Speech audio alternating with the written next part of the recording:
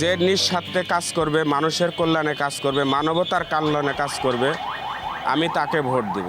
Vote দেব দেশের উন্নয়নের জন্য, দেশ স্বার্থ রক্ষার জন্য। দেশের উন্নয়নমূলক কাজ যারা করবে, সৎ ন্যায় নিষ্ঠাবান ভালো চরিত্রের সাথে যারা কাজ করবে, তাদেরকে ভোট দিয়ে দেশের জয়যুক্ত করার জন্য আমরা পাশে থাকবো। আমার লাইফে আমি কখনো ভোট দিতে পারি নাই, অনেক আগে থেকে আমার ভোটের হয়েছিল, মানে জাতীয় স্মার্ট কার্ড পাইছি। তবে এবার আমি সৎ এবং যোগ্য ব্যক্তিকে আমি এক আসনে, ঠাকুরগাঁও এক আসনে সৎ এবং যোগ্য ব্যক্তিকে ভোটটা দিব, যেন আমাদের কাজে আসে, দেশের কাজে আসে, জনতার পাশে থাকে। এমন একটা মানুষকে আমরা নির্বাচন করব যে সবসময় জনতার কথা চিন্তা করে, নিজের পকেটের কথা চিন্তা না করে। আমি নতুন ভোটার, তো ভোট আমি এমন প্রার্থীকে দিব যাতে দেশে যে উশৃঙ্খলা, এই যে দেশ মনে করেন কোনো আইন নাই দেশে, যে যার মতন চলতেছে, তো আমি এমন লোককে ভোট দিব যাতে দেশে আইনটা আবার আগের মতন আসে।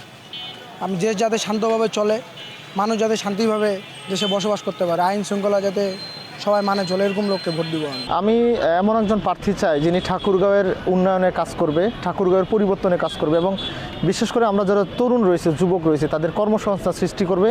এরকম একজন প্রার্থীকে মূলত আমি তরুণ, বিশেষ করে আমি যেহেতু তরুণ, সেরকম প্রার্থীকে আমি মূলত ভোট দিব।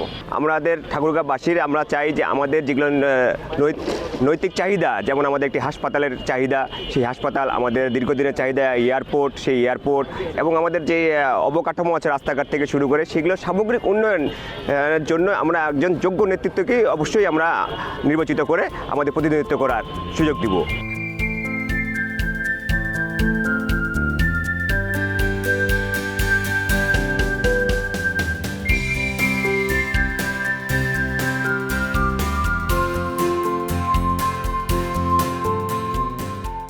আমি এমন একজনকে ভোট দিব যাতে করে তারা আমাদের জনগণের পাশে থাকতে পারবে, সৎ, যোগ্য, আবার যারা ধরেন কি যে দুর্নীতির সাথে জড়িত নয়, চাঁদাবাদের সাথে জড়িত নয়, এমন একজন প্রার্থীকে আমি আমাদের এমপি হিসেবে বেছে নিতে যাচ্ছি।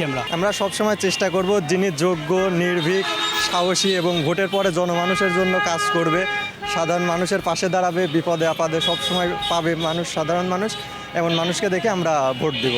তরুণ প্রজন্মকে এগিয়ে নেওয়ার লক্ষ্যে যে প্রার্থী কাজ করে যাবে এবং বাংলাদেশের উন্নয়নে যে প্রার্থী সবসময় বাংলাদেশকে নিয়ে ভাববে, এক কথায় রাজনীতিকে নিয়ে না, বাংলাদেশকে নিয়ে যদি কোনো প্রার্থী ভেবে থাকবে, আমরা তাদেরকে একজন তরুণ হিসেবে ভোট দিব। ছোটোবেলা থেকে দেখে আসছি এই জেলাটা অবহেলিতদের তালিকা করা হয়, আমার ঠাকুরগাঁও জেলা হচ্ছে অবহেলিতদের তালিকায় 1 নম্বরে থাকবে। শিক্ষা, স্বাস্থ্য, চিকিৎসা, মানে সব কিছু মিলে যদি বলি, আমার এই জেলাটা একেবারে অবহেলিত। আমি চাই এমন একজন মানুষকে ভোট দিতে যার মাধ্যমে এই অবহেলিত জায়গাটা দূর হবে।